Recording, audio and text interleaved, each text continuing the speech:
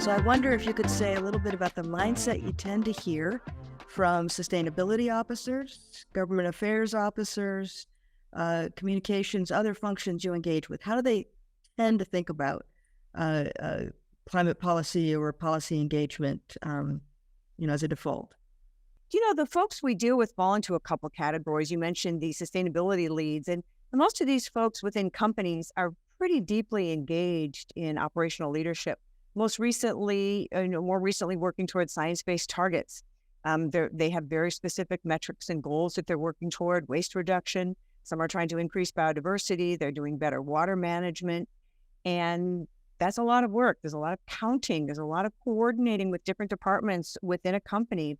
And that can be pretty much heads down work for any corporation, especially a large multinational. And it can lead to folks forgetting about laws and regulations and about the reality that if the rules were working in tandem with their goal and their vision, their job would actually be a lot easier. For example, if there's more renewable energy available, it's going to be easier to meet your renewable energy purchasing target and goals. Bridging the gap between the sustainability teams and the government affairs teams is just a crucial task. I think your principles help to do that.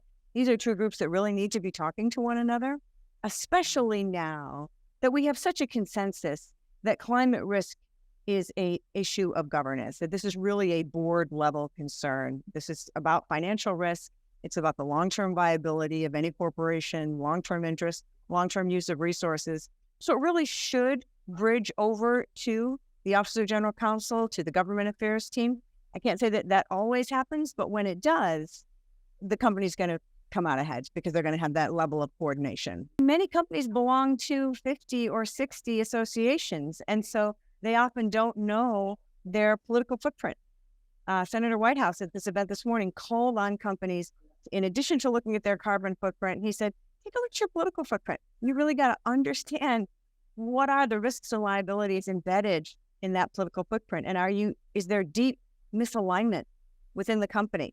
It's really important to examine, and of course, as you know, Elizabeth, our investors are taking this very seriously as an investment risk. If you have this internal inconsistency, this internal misalignment, in the worst case, outright hypocrisy, that's not going to be good for the long-term interests of any firm. In fact, what I think you're arguing for is a more strategic, integrated view, a more holistic view. And if you don't mind, if you have anything to share about how the principles, I know the intent was to help make sure all the elements of your footprint are top of mind, that you're keeping in mind the stakes, the broader commitments, your responsibility to the systems that we depend on, your role in a competitive economy or in representation in government, not crowding out other actors, all of that, to keep that in mind when you use the influence that you have on behalf of people that may not know what you're doing or what that influence is leading up to.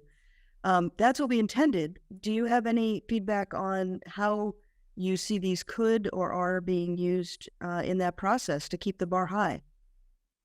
Yeah, I think they've had a tremendous impact, and I'm actually here at a big Greenfin conference with almost 1,000 people, and I'm struck on the plenary stage how often political footprint is coming up and how often alignment is coming up and how often the need for a principled approach to your political activities is coming. This would not have been the case, 5, 10 years ago, for sure.